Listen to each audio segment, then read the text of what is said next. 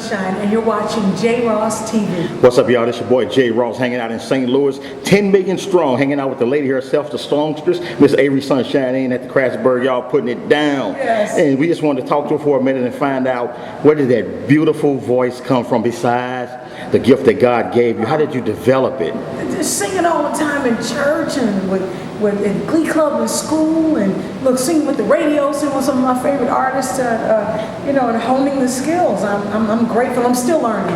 I'm still learning. But let me ask you this now, growing up, how did you face the fear of singing in front of people? And I was thrust into it. I just had to do it. I was forced to, by default, choir members wouldn't show up, so I ended up having to just do it. It's like, as a choir director, if the soloist didn't show up, you got to make it happen. The soloist wouldn't show up, so I said, okay, fine, I'll just do it.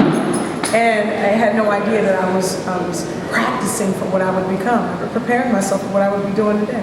So what about the help from your parents? Were they supportive of you and had you back 24/7? My parents are so supportive, even to this day. They're taking care of my children while I'm on the road.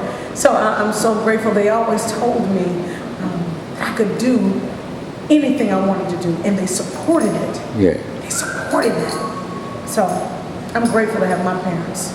So now your songs are wide and varied. They're eclectic, a bunch of arrangements. What does that come from? God, my partner and I, we write music. Big D. Like Big Day. We write music that we like, and we are fans of the Motown sound. We're fans of Al Green. We're fans of 90s R&B. That stuff is in us. We've listened to it, and we've studied it, and that's what comes out of us. And so I know the album has a whole bunch going on, and that's what we love to do. That's what we listen to. Right. You know what I mean? But now, traveling as much as you do, how do you work that out?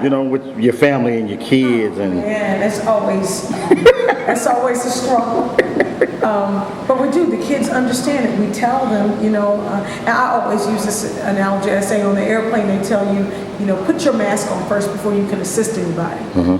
So that's my rationale when I'm telling them it's the truth. When I tell the family, I gotta go, I gotta put my mask on first so I can take care of the rest of you. It's the truth. I gotta give me and fulfill that part of my life so that I can be the mommy I'm supposed to be. Right. And at first they weren't feeling that. It was like, yeah, all right, look, I don't care who you singing for. You come home, but they get it now. And I encourage them to do the same. Take care of you first so that you can take care of your family, Yeah. We'll talk about that new album. Oh, God, The Sunroom. Oh, yeah. Yeah. It's doing really well. We're excited. We made music that we wanted to hear, and we hope that people like it. Yeah. People really like it. But now, is there anything you can tell young ladies or even guys that's coming up, they see you singing, and they love what you're doing, and they want to be where you are? Is there any kind of any kind of information you can give them that to avoid pitfalls or to something that they need to be in order to enhance their chances? You ain't going to avoid the pitfalls. It's going to come, because you don't think it's going to be something. With the church folks, they say it's a new devil at every level. It's the truth, though. There's always going to be something. You can't avoid it, but take them in stride. Take them as learning opportunities. Yeah. That's one thing. There's so much that I could say about it, but don't look at what we're doing and judge where you are. Don't judge where you are by what somebody else is doing. Focus on the gifts that you have, and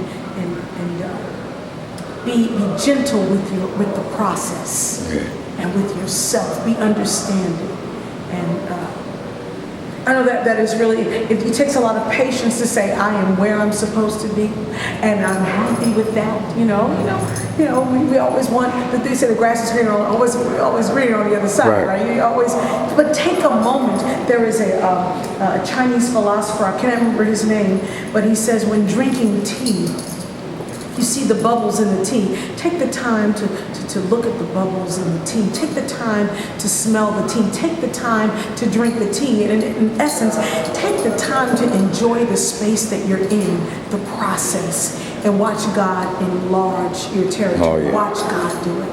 So, All right. Get that I didn't mean to preach, I'm preaching, but That's all right. But get the information where people can find you. find me on Instagram, Facebook, Twitter, YouTube, AverySunshine.com. I have a free app for the Droid and the iPhone, Avery Sunshine. On the road, you can find me on the road. Oh, yeah. Amazon.com. You can buy the album, iTunes. We're in Walmart and Best Buy. And if you see me on the street, I have some in my purse. Oh, yeah. Yeah. Once again, y'all, this your boy J. Ross, hanging out in St. Louis with Miss Avery Sunshine. Y'all, they putting it down at the Kransberg. 10 million strong. We gone. Peace. Y'all keep shining now.